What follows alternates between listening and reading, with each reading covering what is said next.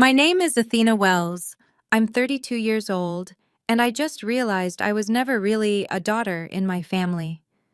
The day I received the call from my mother, just 3 weeks before my wedding, telling me that my parents couldn't attend because it fell on my sister's birthday, I was standing in a bridal fitting room with a white veil in my hands.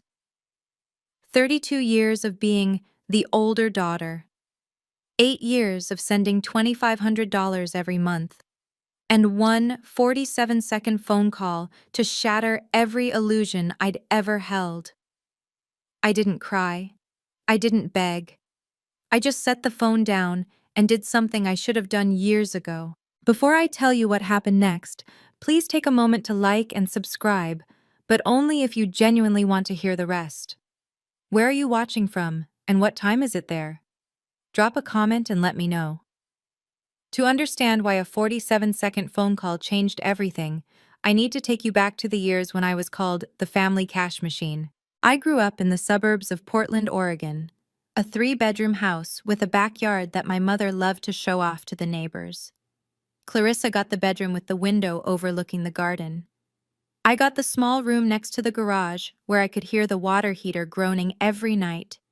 From as far back as I can remember, my mother had a particular way of introducing us. "This is Clarissa, my daughter," she'd say, her hand resting proudly on my sister's shoulder. Then, almost as an afterthought, "And this is Athena, Clarissa's older sister." Not her daughter, Clarissa's sister. As if my entire existence was defined by my relationship to the golden child. By 14, I was working part-time at a local bakery to pay for my own school supplies. Clarissa never had to lift a finger. Mom bought her new clothes every season, the latest phone, whatever she wanted. I wore hand-me-downs from cousins and learned to stretch $1 until it screamed. When I turned 16, I saved up for 6 months to buy a used Toyota Corolla, 2005, dented bumper, air conditioning that worked when it felt like it. I was so proud of that car. It represented every early morning shift, every birthday I spent frosting cupcakes for strangers instead of celebrating with friends. 2 years later, when Clarissa graduated high school, Mom and Dad surprised her with a brand new Mazda 3. Cherry red, leather seats, the whole package. "She deserves it," Mom said when she caught me staring. "She worked so hard in school." Clarissa had a 2.8 GPA. I graduated with a 3.7 while working 20 hours a week. I didn't hate Clarissa.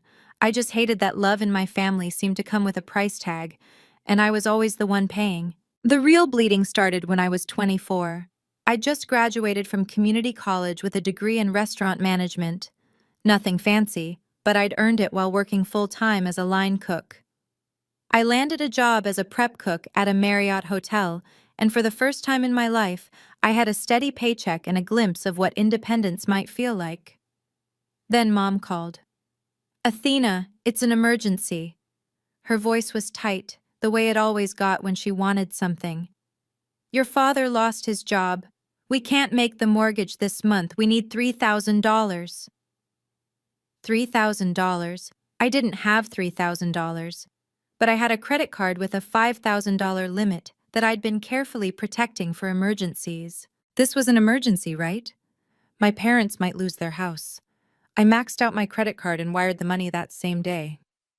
"Thank you, sweetheart," Mom said when she confirmed the transfer. "We knew we could count on you." For the next 3 months, I ate ramen for breakfast, lunch, and dinner. I picked up extra shifts until my feet ached and my hands cracked from washing dishes. I paid down that credit card balance penny by penny. Meanwhile, my parents posted photos on Facebook of their weekend dinners at Red Lobster. Clarissa uploaded selfies from a spa day. Mommy-daughter bonding! I told myself it was a one-time thing. They were in a tough spot. Family helps family. But that was the test, wasn't it? And I passed it too well, so they never stopped giving me new ones. What I didn't know then was that this first emergency was just the opening act of an 8-year performance, and I was the only one paying for tickets. 4 years later, I met Marcus Cole at a company Christmas party. I was 28 by then, working as a sous chef at a boutique restaurant downtown. I'd clawed my way up from prep cook, learned to make sauces that could make grown men weep, and still, I was sending money home every single month. The amount had stabilized at $2,500. Like clockwork, like a bill I couldn't cancel. Marcus was a software engineer. Quiet, thoughtful, the kind of man who actually listened when you talked. He wasn't flashy. He drove a Honda Civic and wore the same navy blazer to every event. But when he looked at me, he saw me. Not what I could give him, just me. 3 months into dating, he noticed something. Athena, why do you transfer so much money to your parents every month? He was helping me set up a budget spreadsheet. His love language was apparently Excel formulas. This is more than most people pay in rent. I froze. No one had ever asked me that before. Because if I don't, I'm a bad daughter, I said. The words came out before I could stop them. Marcus set down his coffee cup. He looked at me with those steady brown eyes.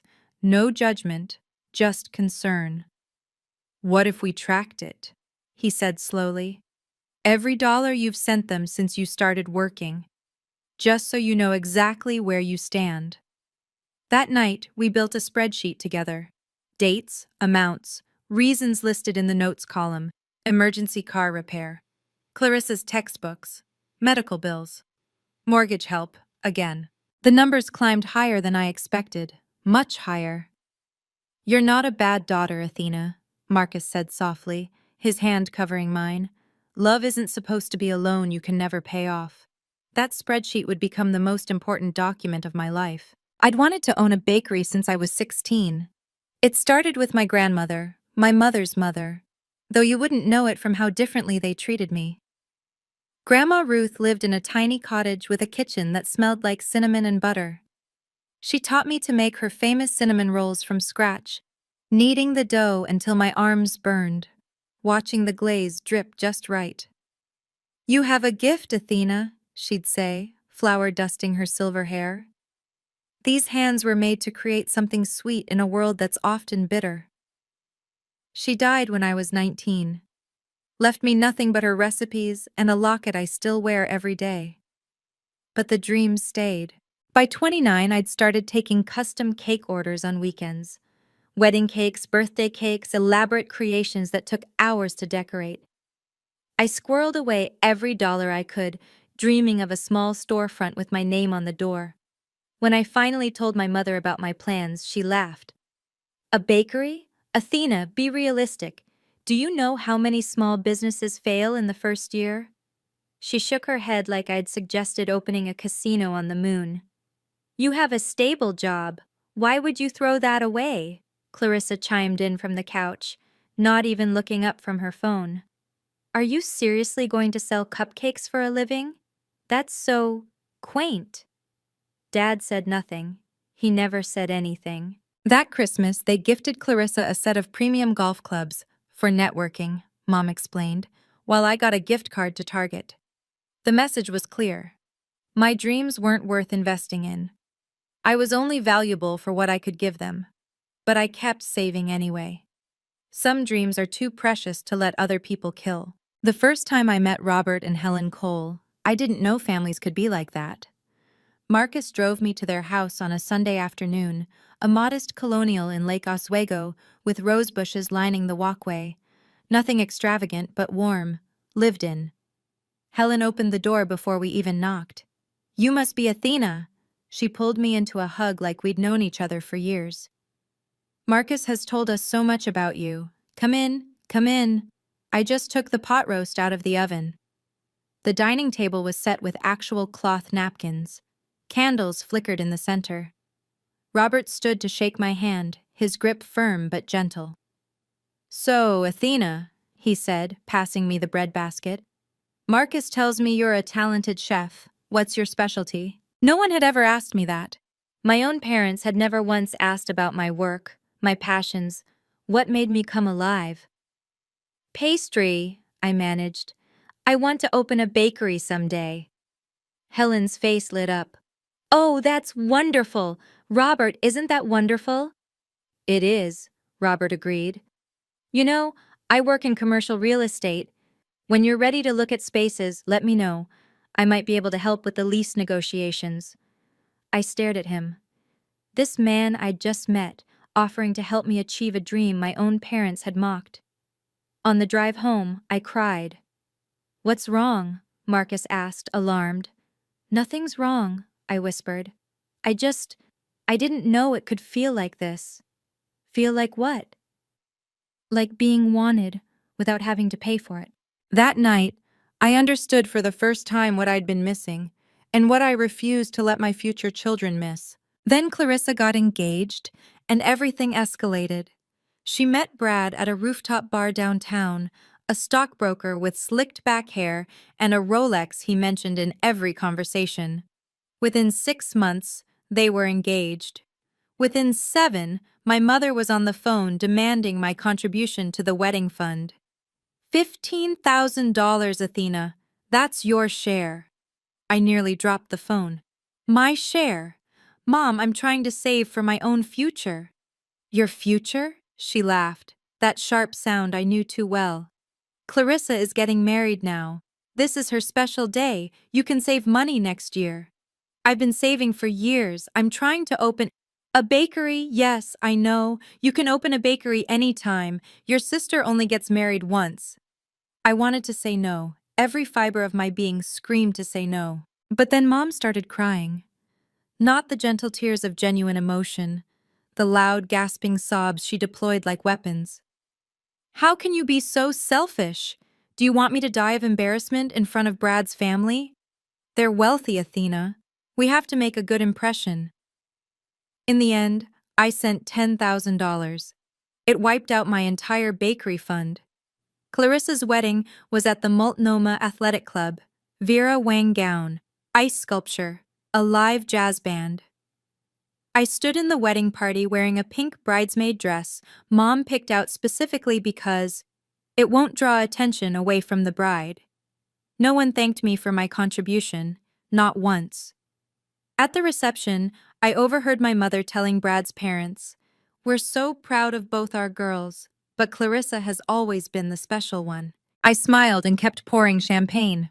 2 years later, when it was my turn to walk down the aisle, I'd learn exactly how special I was to them. Marcus proposed on a rainy evening in April, in the garden where my grandmother used to grow her herbs. The cottage had been sold years ago, but the new owners had kept the garden. Rosemary, lavender, thyme still growing wild in the beds Grandma Ruth had tended. Marcus had somehow gotten their permission to bring me there, to kneel in the damp earth with a ring box in his hand. The ring wasn't a diamond. It was a sapphire, the stone from my grandmother's locket, which Marcus had secretly taken to a jeweler months earlier. He'd had it reset into something new, something that carried my history into our future. I said yes before he finished asking.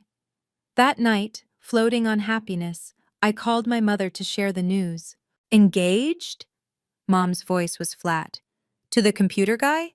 What does his family do?" "He's a software engineer, Mom, and his parents are wonderful people." "But are they established?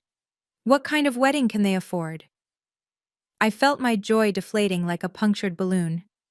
"I didn't call to discuss finances. I called to tell you I'm getting married." A long pause. Then, "Well, at least he has a stable job. I suppose that's something." No congratulations. No tears of happiness. No, "I'm so happy for you, sweetheart." Later that night, Clarissa texted, "You're getting married before our 2-year anniversary? Kind of tacky TBH." Marcus found me in the kitchen, staring at my phone. "They didn't take it well, did they?" he asked quietly. "They didn't take it at all. They just inventoried it, like I was announcing a business merger instead of the happiest day of my life." He pulled me close. "Then we'll celebrate with people who actually care. My parents are already planning a dinner." I should have known then. The signs were all there, written in neon. But hope is a stubborn thing, and I still believed that when my wedding day came, my parents would show up. 6 months before the wedding, I signed the lease on a tiny storefront on Southeast Division Street. Sweet Dawn Bakery. The name came to me in a dream, My grandmother standing in morning light, pulling cinnamon rolls from the oven, the kitchen glowing gold. Robert Cole had found the space during one of his property searches. "The rent's manageable," he said, sliding the paperwork across his dining room table. "And the previous tenant left the ovens. You just need to bring in your own equipment." Helen brought me a vintage cake stand from an estate sale. "For good luck," she said, pressing it into my hands. I was still sending my parents $2,500 every month, even as I scraped together deposits and first month rent. I was stretched so thin I could feel myself fraying at the edges. But I refused to stop. Not yet. Family was family, even when family didn't feel like family. When I showed my mother photos of the bakery space, she squinted at her phone screen. "It's small," she said. "Are you sure you'll get enough customers?" "I have to start somewhere, Mom. I just worry about you wasting money. Clarissa's been talking about opening a nail salon. Maybe you could help her get started instead." I didn't respond. There was nothing to say. A week later, I was at Robert and Helen's house, organizing my business tax documents, when Robert paused over a stack of bank statements I'd brought. 8 years of transfers, $2,500, month after month, plus the larger emergencies. The total was staggering. Robert didn't say a word. He just looked at me with eyes full of something I couldn't name. Sadness, maybe, or recognition. "You've done more than your duty, Athena," he said quietly. "I want you to know that." I didn't realize until later that Robert had seen everything, and that his witnessing would matter more than I could imagine. 2 months before the wedding, I sent out save-the-date cards. I'd designed them myself, simple cream cardstock with pressed lavender from Helen's garden. June 15th, it read, "Please join us for the wedding of Athena Marie Wells and Marcus James Cole." I hand-delivered my parents' invitation, hoping that seeing me in person might spark something, some flicker of excitement, some acknowledgement that their daughter was getting married. Mom glanced at the card and frowned. "June 15th? Let me check the calendar." She pulled out her phone, scrolled through dates, and sighed. "That's close to Clarissa's birthday, you know. She turns 28 on the 17th. "I know when Clarissa's birthday is, Mom. The wedding's on the 15th. "Still." She set the invitation on the kitchen counter next to a stack of grocery coupons. "We might have plans." Clarissa wandered into the kitchen, grabbed a yogurt from the fridge, and spotted the card. "Oh, your wedding thing? Brad wants to go to Cabo that weekend. I'll try to make it, but no promises." Dad sat in the living room the entire time, watching a golf tournament. He didn't even turn around. On the drive home, I called Marcus. "They didn't commit," I said, my voice hollow. "They said they might have plans." "For your wedding?" "For my wedding." A long silence. Then Marcus said gently, "Athena, maybe it's time to accept that your family isn't capable of being what you need them to be." "They'll come," I insisted. "When the actual day arrives, they'll be there. I know they will." "And if they're not?" I didn't answer. I couldn't imagine it. My own parents choosing not to witness the most important day of my life. It seemed too cruel, too impossible. 6 weeks later, I learned that cruelty was exactly what they were capable of. The call came on a Tuesday afternoon in late May. I was standing in a bridal shop downtown, surrounded by mirrors that showed me from every angle. The dress was ivory silk with delicate beading at the neckline, simple but elegant, the kind of gown I'd dreamed about since I was a little girl watching movies where fathers walked their daughters down the aisle. My phone buzzed. "Mom." "Hi, Mom. I'm actually at my final fitting right now. Athena, I need to tell you something." Her voice was matter-of-fact, like she was reading from a grocery list. "Your father and I won't be able to make it to the wedding." The fitting room went silent. The consultant who'd been adjusting my hem looked up, concerned. "What do you mean you won't be able to make it?" "June 15th is Clarissa's birthday weekend. Brad is throwing her an early party on the 15th since it works better for their schedules. We can't miss our daughter's birthday celebration." "Mom, her birthday is the 17th, and I'm getting married on the 15th. Sweetheart, your sister only has one birthday a year. You could have picked a different date. I stared at my reflection. A woman in a wedding dress, phone pressed to her ear, world collapsing in slow motion. You're choosing Clarissa's birthday party over my wedding. Don't be dramatic. You know how important these milestones are for her. Brad's colleagues will be there. It's networking. I'm your daughter too, Mom. Of course you are, but Clarissa needs us more right now. You've always been so independent, Athena. You'll be fine. 47 seconds.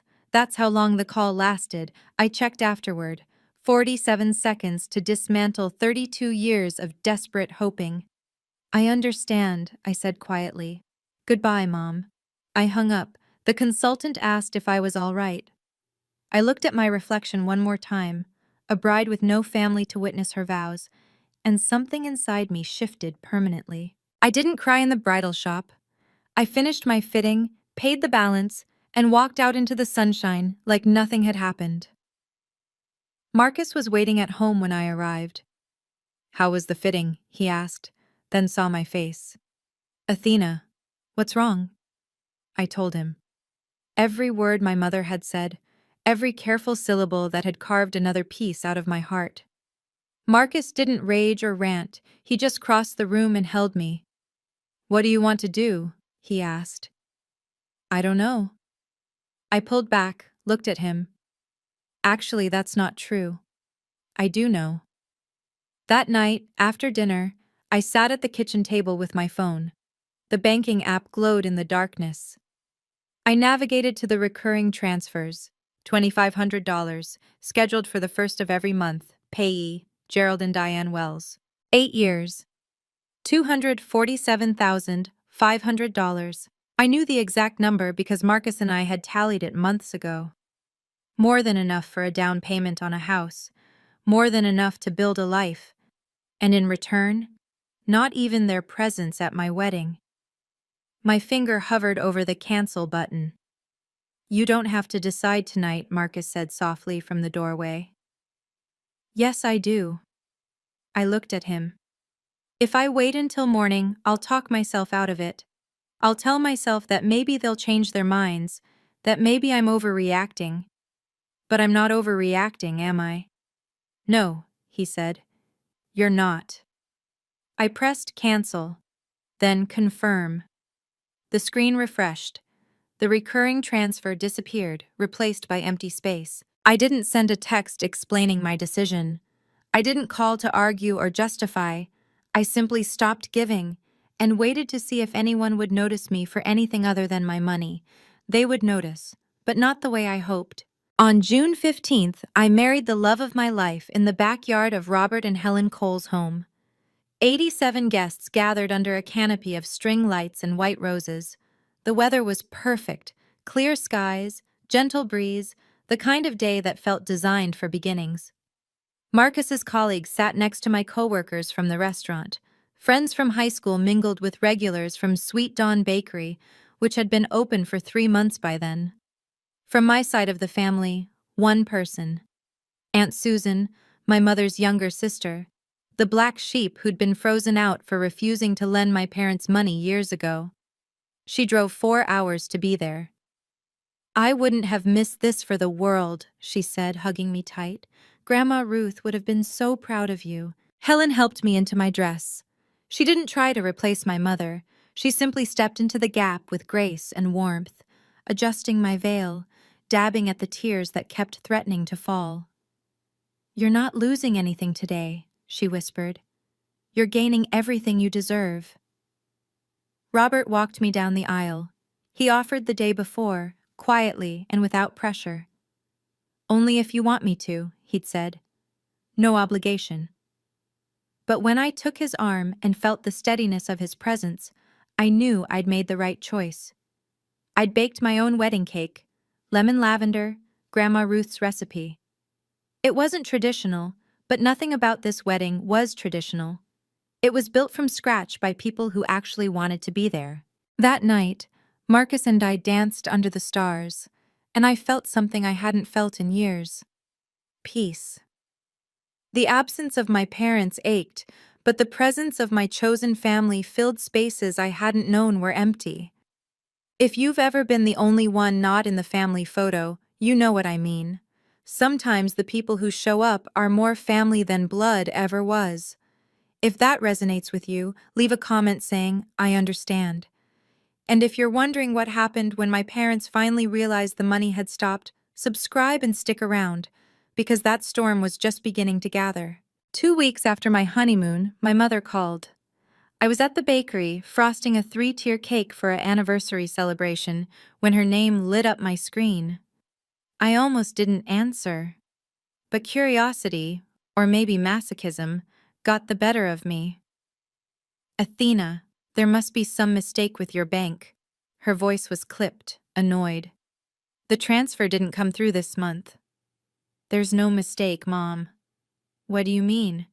I mean, I stopped the transfers. I'm not sending money anymore. Silence. I could picture her standing in her kitchen, phone pressed to her ear, brain struggling to process the impossible. You stopped? You can't just stop.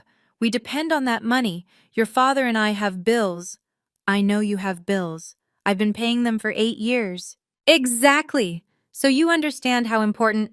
I understand that you chose Clarissa's birthday party over my wedding. I understand that after $247,000, I couldn't even get you to show up for one afternoon. More silence. Then quietly, dangerously. So this is revenge? You're punishing us? No, Mom. This is me finally taking care of my own family. Marcus and I are building a life together. I'm running a business. I can't keep subsidizing a family that treats me like an ATM with a heartbeat. How dare you? I'm not asking for permission. I'm informing you of a change. Athena Marie Wells, if you do this, you will regret it. Family is forever. When you need us, we won't be there for you. I almost laughed. When had they ever been there for me? Goodbye, Mom.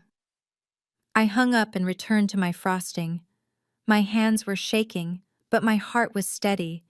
She'd said I'd regret it. 6 months later, she'd be the one learning about regret. The guilt trip campaign started within 48 hours. First came Dad's call, the first time he'd voluntarily dialed my number in years. Athena, honey, your mother's been crying for 2 days straight. She can't eat, can't sleep, you're breaking her heart. She broke mine first, Dad. That's not the same thing. We're your parents. We sacrificed so much to raise you girls. Did you sacrifice, Dad? Or did I? He didn't have an answer for that. Then came Clarissa's texts, rapid fire and furious. Mom told me what you did. How could you be so cruel? They literally raised you, and this is how you repay them? You're being incredibly selfish. Some of us don't make as much money as you. I didn't respond to any of them. The only voice of sanity came from Aunt Susan, who called one evening while I was closing up the bakery. Your mother phoned me asking for money, she said dryly. First time she's spoken to me in 5 years. I told her what I told her back then, not my problem. Did she say anything about me? Oh, plenty. According to her, you've become heartless and ungrateful. She also mentioned you abandoned the family in their hour of need. Susan paused. Athena, do you know what your mother did to your grandmother? Exact same thing. Bled her dry until there was nothing left, then blamed her for not having more to give. The pattern. It had been right in front of me my entire life. That night, lying next to Marcus in bed, I stared at the ceiling and wondered if I was doing the right thing. Am I being cruel? I whispered. No, he said, you're being free. But freedom, I was learning, came with its own weight. The doubts came in waves, usually at 3 a.m. I'd wake up in the darkness, heart pounding, the same questions cycling through my mind. Am I a bad daughter? Am I as selfish as they say? Will I regret this forever? One night, I slipped out of bed and sat on the kitchen floor, knees pulled to my chest, phone in hand. My finger hovered over my mother's contact. One call, one apology. Everything could go back to normal. But what was normal? Normal was giving until I had nothing left. Normal was being invisible except when they needed something. Normal was a one-way door that only opened when money flowed through. Marcus found me there at dawn. "Come back to bed," he said gently, sitting down beside me on the cold tile. "I keep thinking I should just fix it. Send the money again. Make them happy." Would that make you happy? The question hung in the air. I didn't have to answer. That Sunday, we had dinner at Robert and Helen's. I barely touched my food, pushing pot roast around my plate while conversation flowed around me. After dinner, Helen caught my hand. "You're carrying something heavy, sweetheart. I can see it." "I'm fine, Helen." "You're allowed to not be fine." She squeezed my fingers. "And you're allowed to protect yourself from people who hurt you, even if they share your blood. Loving yourself isn't selfish, it's survival." Robert cleared his throat from the doorway. "I saw your bank statements, Athena, months ago when we were doing the bakery taxes." He met my eyes. $247,000. You gave them everything, and they didn't even come to your wedding. You didn't fail them, they failed you. For the first time in weeks, I felt the knot in my chest loosen. I wasn't a bad daughter. I was a daughter who'd finally stopped paying for love that was never for sale. 8 months passed, and life began to bloom. Sweet Dawn Bakery had found its footing. A local food blogger discovered us in March and wrote a glowing review, a hidden gem tucked away on Division Street. Orders doubled, then tripled. I hired 2 part-time employees, Mia, a culinary school graduate, and Devin, a single dad looking for flexible hours. The bakery was becoming what I'd always dreamed it could be, a place where people came not just for cinnamon rolls and lavender shortbread, but for warmth. Regulars knew each other's names. Birthday cakes were ordered months in advance. We'd started a tradition of giving free cookies to kids who came in after school, and then, in April, I peed on a stick and saw 2 pink lines, pregnant. Marcus and I stood in our tiny bathroom, staring at the test like it might change its mind. Then he lifted me off my feet and spun me around, both of us laughing and crying at the same time. "We're having a baby," he kept saying. "We're having a baby." Helen wept when we told her. Robert made terrible jokes about teaching the baby to negotiate real estate deals. For the first time in my life, I understood what it meant to be celebrated, not for what I could give, but simply for existing. My parents remained silent. After months of ignored texts and unanswered calls, they'd stopped trying to reach me. I assumed they'd found some other solution to their money problems, or that Clarissa had stepped up for once. I was wrong. "Athena," Aunt Susan said during one of our regular calls, "you should know something. Your mother's been asking around the family for loans. Apparently, Clarissa made some bad investments. Very bad." The other shoe was about to drop. I just didn't know it would fall directly into my bakery. The full story came out in pieces. According to Aunt Susan, who'd gathered intelligence from various relatives, Clarissa had convinced my parents to invest their savings in a guaranteed opportunity that Brad had discovered. Some combination of cryptocurrency and multi-level marketing that promised incredible returns. $80,000, gone in 3 months. "Brad's cousin ran the whole thing," Susan explained over the phone. "Turned out to be a Ponzi scheme. The cousin disappeared to Mexico. Brad and Clarissa are getting divorced." I sank onto the bench outside my bakery, phone pressed to my ear. "And my parents?" "They used the money you'd been sending as a safety net for years. Without it, they don't have enough to cover the mortgage. They're 3 months behind. The bank sent a notice." I should have felt vindicated. I should have felt that warm rush of schadenfreude that comes when people who hurt you face consequences. Instead, I just felt tired. "They're going to lose the house," I said. "Maybe, unless they find someone to bail them out." A text notification buzzed. I glanced at the screen. Clarissa's name appeared for the first time in months. "Hey sis, can we talk? I know we haven't been close, but family is family, right? We should catch up, maybe grab coffee?" I stared at the message. After 8 months of silence, after skipping my wedding, after years of treating me like the family servant. "Family is family." I typed a reply. I'm busy with the bakery. What do you need? The response came instantly. Nothing specific. Just wanted to reconnect. BTW, Mom mentioned you're doing really well with the business. That's so great. We should celebrate. Maybe you could help us figure out some financial stuff too. There it was. The ask, dressed up in casual clothes. I didn't reply, but I started preparing for what I knew was coming. That weekend, I spread 8 years across my kitchen table. Bank statements printed and organized by year. The spreadsheet Marcus and I had built together, now complete with every transfer, every emergency, every dollar that had flowed from my account to my parents. Transaction dates highlighted in yellow, running totals in bold. $247,500. What are you doing? Marcus asked, setting 2 cups of coffee on the table. Making sure I know exactly what happened. I shuffled through the pages.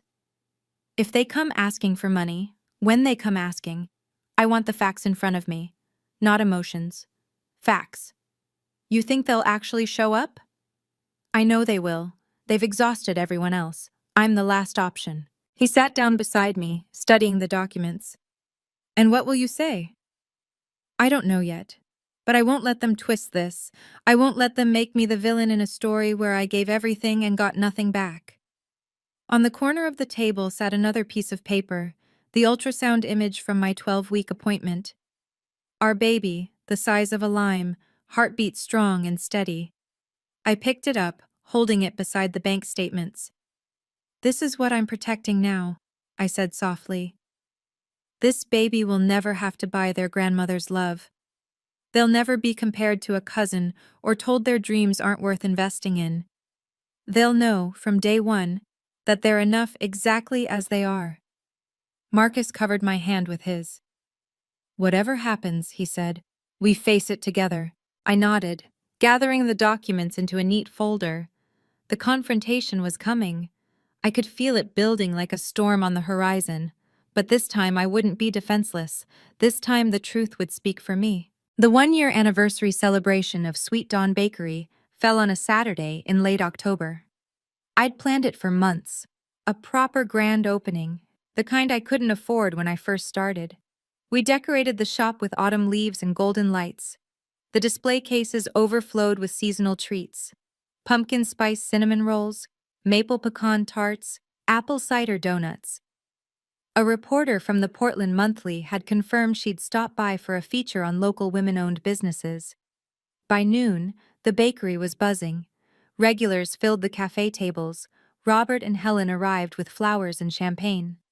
Marcus moved through the crowd, shaking hands, making everyone feel welcome. I was behind the counter, boxing up a custom cake, when the bell above the door chimed. I looked up. My mother walked in first, wearing a dress I'd never seen, probably purchased before their financial troubles.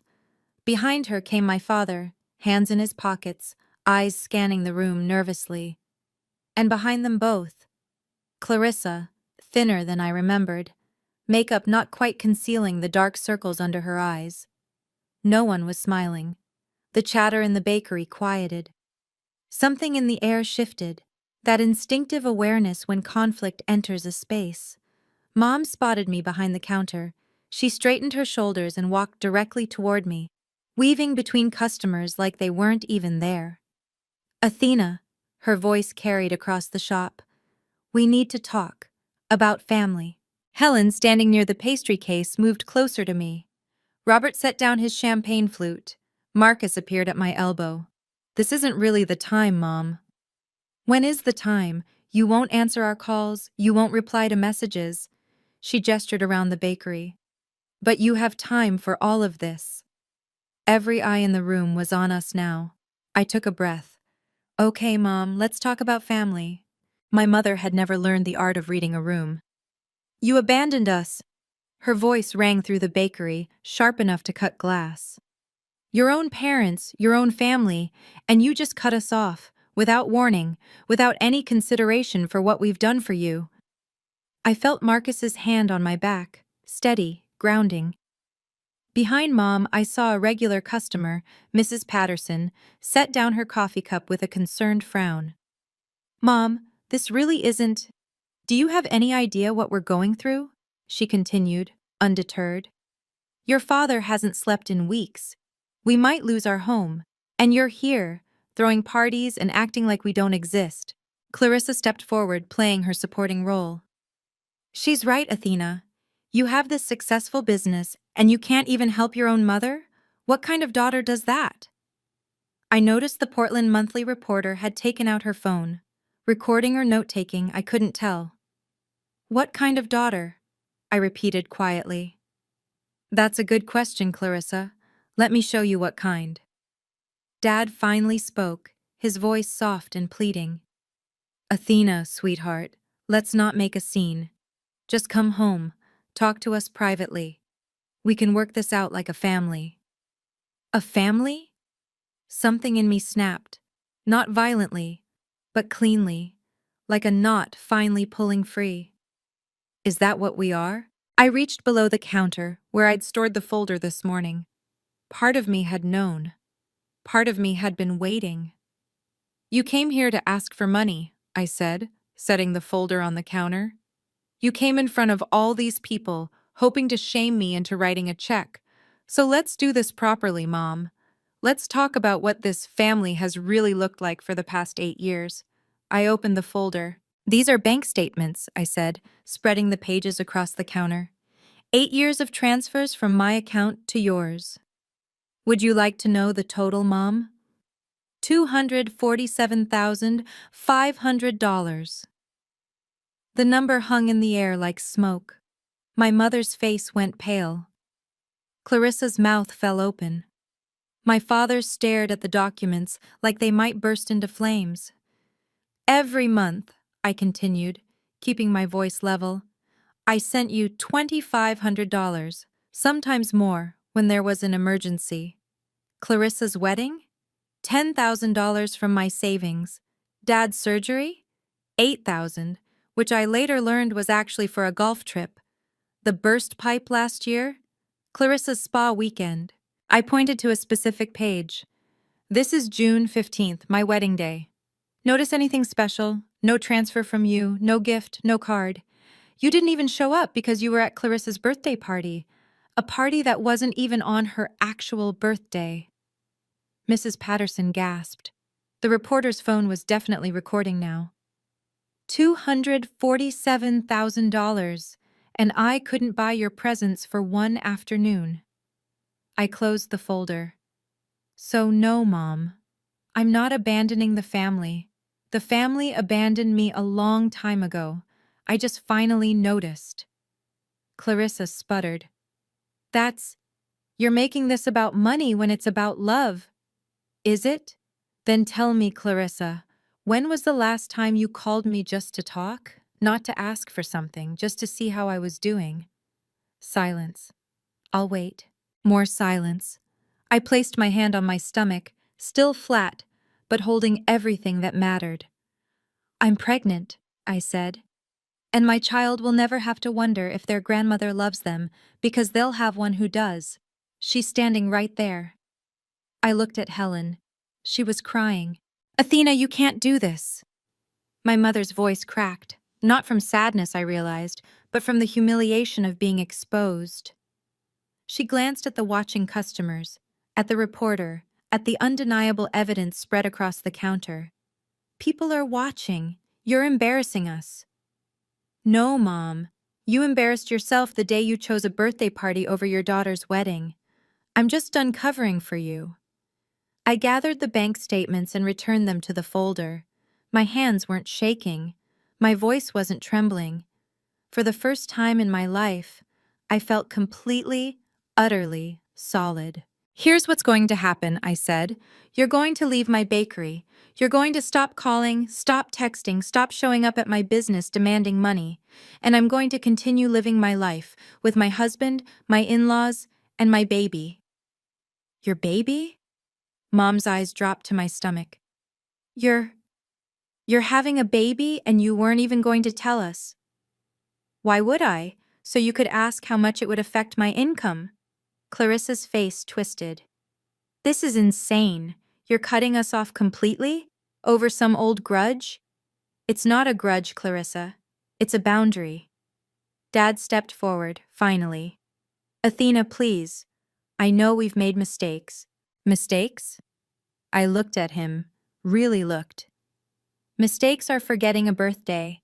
Mistakes are missing a phone call. Choosing not to attend your daughter's wedding is a choice, Dad, and so is what I'm doing now. Helen moved to stand beside me. Robert positioned himself at my other side. Marcus's hand found mine. My family. My real family. This bakery is called Sweet Dawn, I said quietly. Do you know why? Because my grandmother, the one you ignored until she had nothing left, she told me I could create something sweet in a world that's often bitter. That's what I'm doing. Without you. I nodded toward the door. Please leave. The room held its breath. If this moment resonates with you, if you've ever had to choose your peace over someone else's expectations, comment, respect. And if you want to know what happened after they walked out that door, stay with me. We're almost at the end. For a moment, nobody moved. My mother's face cycled through emotions like a slot machine. Shock, then anger, then something that might have been shame if she were capable of feeling it. Clarissa had tears streaming down her cheeks, though whether from genuine hurt or wounded pride, I couldn't tell. And then a voice cut through the silence. Excuse me. Mrs. Patterson, 63 years old, retired schoolteacher, regular customer since day one, rose from her table. I've been coming to this bakery every Saturday for a year, she said, addressing my mother directly. Athena remembers my husband's name, asks about his treatments, saves his favorite muffin even when it sells out. Last month, when I couldn't afford a birthday cake for my grandson, she made one anyway and wouldn't let me pay. She pointed at the folder of bank statements. That woman gave you $250,000 and you couldn't show up to her wedding? Mrs. Patterson's voice shook with indignation. You should be ashamed. A murmur rippled through the bakery, heads nodding. Someone in the back muttered, Unbelievable. My mother's composure crumbled. She grabbed my father's arm, dragging him toward the door. Let's go, Gerald. We don't need to be humiliated by strangers. You humiliated yourselves, Mrs. Patterson called after them. All she did was show the receipts. Clarissa hesitated, looking at me with something approaching confusion, like she genuinely didn't understand how we'd arrived at this moment, like she'd never considered that actions had consequences. Clarissa, I said quietly. Goodbye. She turned and followed our parents out the door.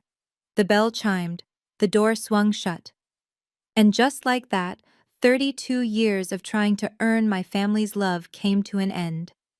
Helen wrapped her arms around me. Marcus kissed my temple. Mrs. Patterson returned to her coffee with a satisfied nod. The celebration continued. The rest of the afternoon passed in a strange, peaceful blur. The Portland Monthly reporter approached me after my family left, notepad in hand. I came to write about women entrepreneurs, she said carefully. But that was something else. Do you want me to leave it out? I considered the question. Part of me wanted to hide, to keep the ugliness private.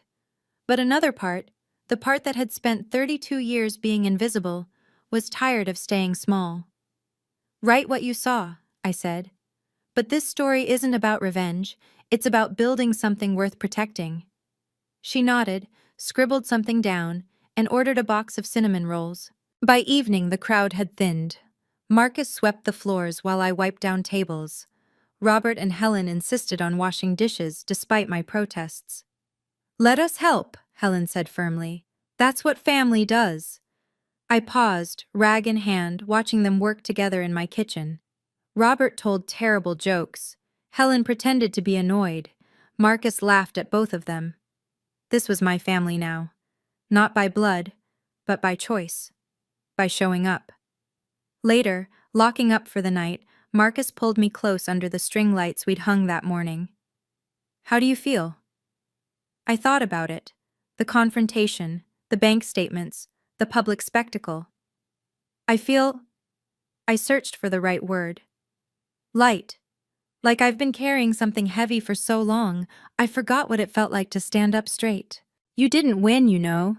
There's no trophy for this. I know. I looked at my bakery, the warm lights, the display cases, the hand-painted sign. But I didn't lose either. I just finally stopped playing a game I could never win. He kissed my forehead. Ready to go home? Yeah, I smiled. I really am. In the 3 months that followed, I watched from a distance as consequences unfolded. Aunt Susan kept me updated, despite my protests that I didn't need to know. Your parents sold the house, she reported in December. Got less than market value because they were desperate. They're renting a 2-bedroom apartment in Gresham now. I felt something when she told me. Not satisfaction exactly, but not grief either. More like the dull recognition of inevitability. What about Clarissa? Brad's gone. Moved to Seattle with some woman he met online. The divorce is nasty. She's living with your parents now, all 3 of them crammed into that apartment. I imagined it. My mother, who'd spent decades cultivating an image of suburban success, now sharing walls with strangers, listening to arguments through the floor. My sister, the golden child, reduced to sleeping in her childhood twin bed again. Your mom tried to email you, by the way. Something about reconciliation. I'd seen the email. 3 pages of carefully worded blame. How I'd misinterpreted their love. How every family has struggles. How holding grudges only hurts yourself. No apology. No acknowledgement of what they'd done. Just reframing the narrative to make me the villain again. I forwarded the email to a lawyer Marcus recommended, not to sue, just to document, in case they ever tried anything more aggressive. What should I tell her? Aunt Susan asked. If she asks about you? I thought about it. Tell her I'm happy.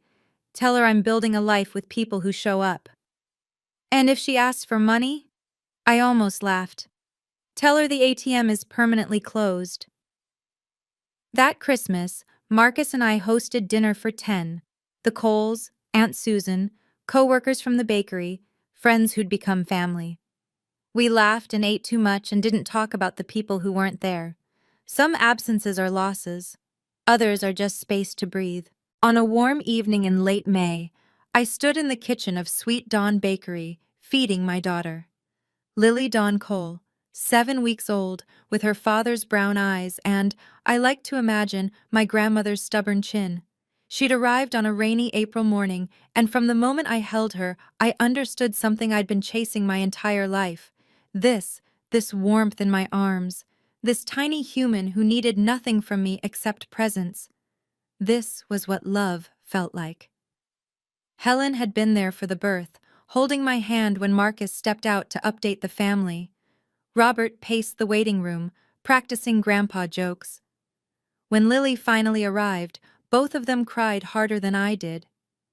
She's perfect, Helen whispered, touching Lily's cheek with trembling fingers. She's absolutely perfect. I thought about calling my mother. The instinct was still there, buried deep, that little girl who just wanted her mom to care. But then I looked at Helen, at Robert, at the circle of people who'd chosen us, and the urge faded. The bakery had expanded. The Portland Monthly feature had brought an avalanche of new customers, and I'd hired 2 more employees to keep up with demand. We'd started selling online, shipping Grandma Ruth's cinnamon rolls across the country. Everything I'd ever wanted was right here. Not given to me, but built, brick by brick, batch by batch. One night, rocking Lily to sleep in our living room, I made her a silent promise. You will never wonder if your mother loves you. You will never feel like a burden. Your worth will never be measured in dollars transferred or favors owed. You will be celebrated for existing, nothing more, nothing less. She yawned, tiny fists uncurling, and drifted off against my chest. Outside, the sun set gold over Portland. A new dawn indeed. Marcus asked me once, in that quiet hour after Lily fell asleep, if I had any regrets. We were sitting on the back porch, watching fireflies blink in the garden. The question caught me off guard, not because it was unexpected, but because I had to actually think about it. I regret the time, I said finally. 8 years of hoping they'd change. 8 years of sending money like offerings to gods who were never listening. But not the ending? No, not the ending. I'd started therapy 3 months after the bakery confrontation, something Marcus gently encouraged and Helen not so gently insisted upon. It helped, having a professional untangle the knots I'd tied myself into. Understanding that my parents' behavior wasn't about me, that their inability to love me properly was their failure, not mine. One afternoon, I wrote a letter. Not to send, just for myself. Dear Athena, at 24, I know you're about to wire $3,000 to people who won't thank you. I know you believe this will earn you a seat at the table. It won't. Here's what I wish I could tell you. You're not obligated to purchase love that should be given freely. You're not selfish for having needs. And the family you're searching for isn't the one you were born into, it's the one you'll build. Start the bakery sooner. Trust Marcus earlier. Cry less. Save more. But most importantly, forgive yourself for taking so long to understand what you deserved. The journey mattered, even the painful parts. Love. Athena at 33. I kept the letter in my desk drawer, next to Lily's first ultrasound photo and the deed to Sweet Dawn Bakery. Proof that endings can also be beginnings, that some losses are actually liberations, that home isn't always where you came from, sometimes it's where you decide to stay. The letter arrived on a Tuesday, 1 year after the bakery confrontation. No return address, but I recognized the handwriting immediately. My father's cramped cursive, the same script that had signed my childhood report cards without comment. I almost threw it away unopened, but something made me hesitate. Athena, I know I don't deserve to write to you.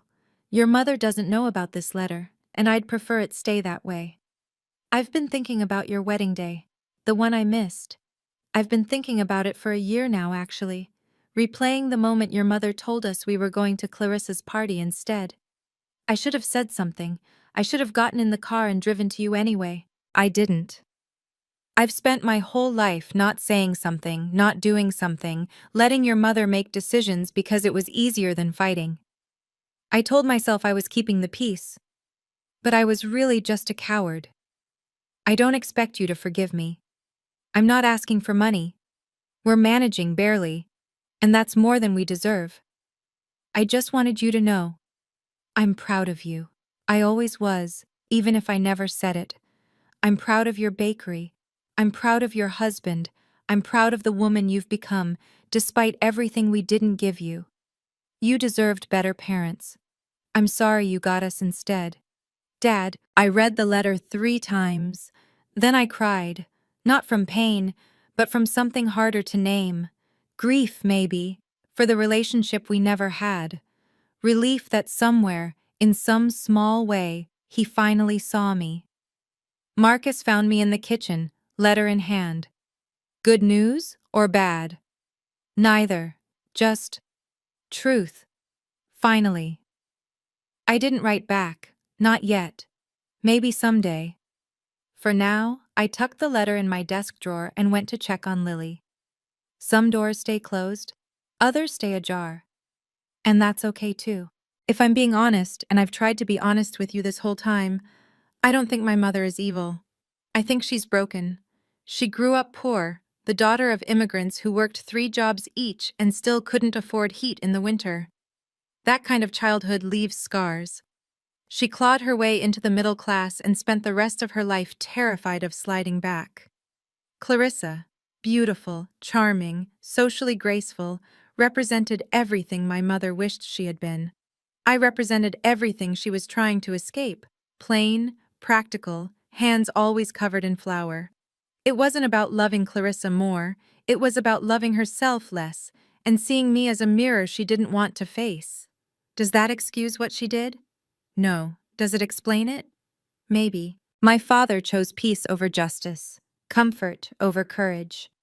He wasn't malicious, just weak. And weakness, in its own way, can wound as deeply as cruelty. I don't tell you this so you'll pity them. I tell you because understanding isn't the same as forgiving, and I think it's important to know the difference. So here's what I've learned. For whatever it's worth, love with conditions isn't love, it's commerce.